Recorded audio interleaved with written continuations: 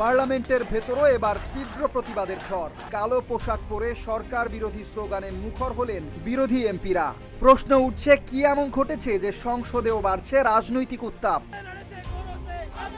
ভারতের প্রধানমন্ত্রী নরেন্দ্র মোদীর বাসভবনের সামনে বিক্ষোভের পর এবার একই দাবিতে পার্লামেন্ট চত্বরে বিক্ষোভ করেছে কংগ্রেসের সংসদ সদস্যরা। বুধবার সকালে তারা কালো পোশাক পরে সংসদ ভবনের ফটকের বাইরে অবস্থান নেন। স্বরাষ্ট্রমন্ত্রী অমিত শাহ এবং শিক্ষামন্ত্রী ধর্মেন্দ্র প্রধানের পদত্যাগের দাবিতে কংগ্রেসের সঙ্গে যোগ দেন সমাজবাদী পার্টি সহ আরও কয়েকটি বিরোধী দলের সংসদ সদস্যরা। এসপি সদস্যদের অনেকেই কালো স্কার্ফ পরে বিক্ষোভে অংশ নেয়। লোডশেডিং কিংবা ঘরের বাইরের তীব্র গরমে ওয়ালটন রিচার্জেবল ফ্যান থাকলে থাকবে শুধু বাতাস আর বাতাস।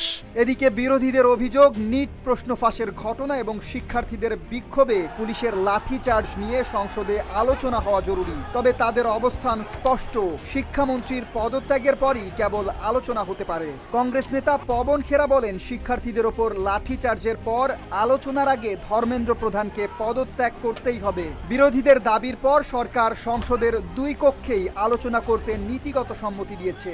এখন কোন নিয়মে সেই বিতর্ক হবে সেই সিদ্ধান্ত নেবে speaker. Desk report, Dhaka post.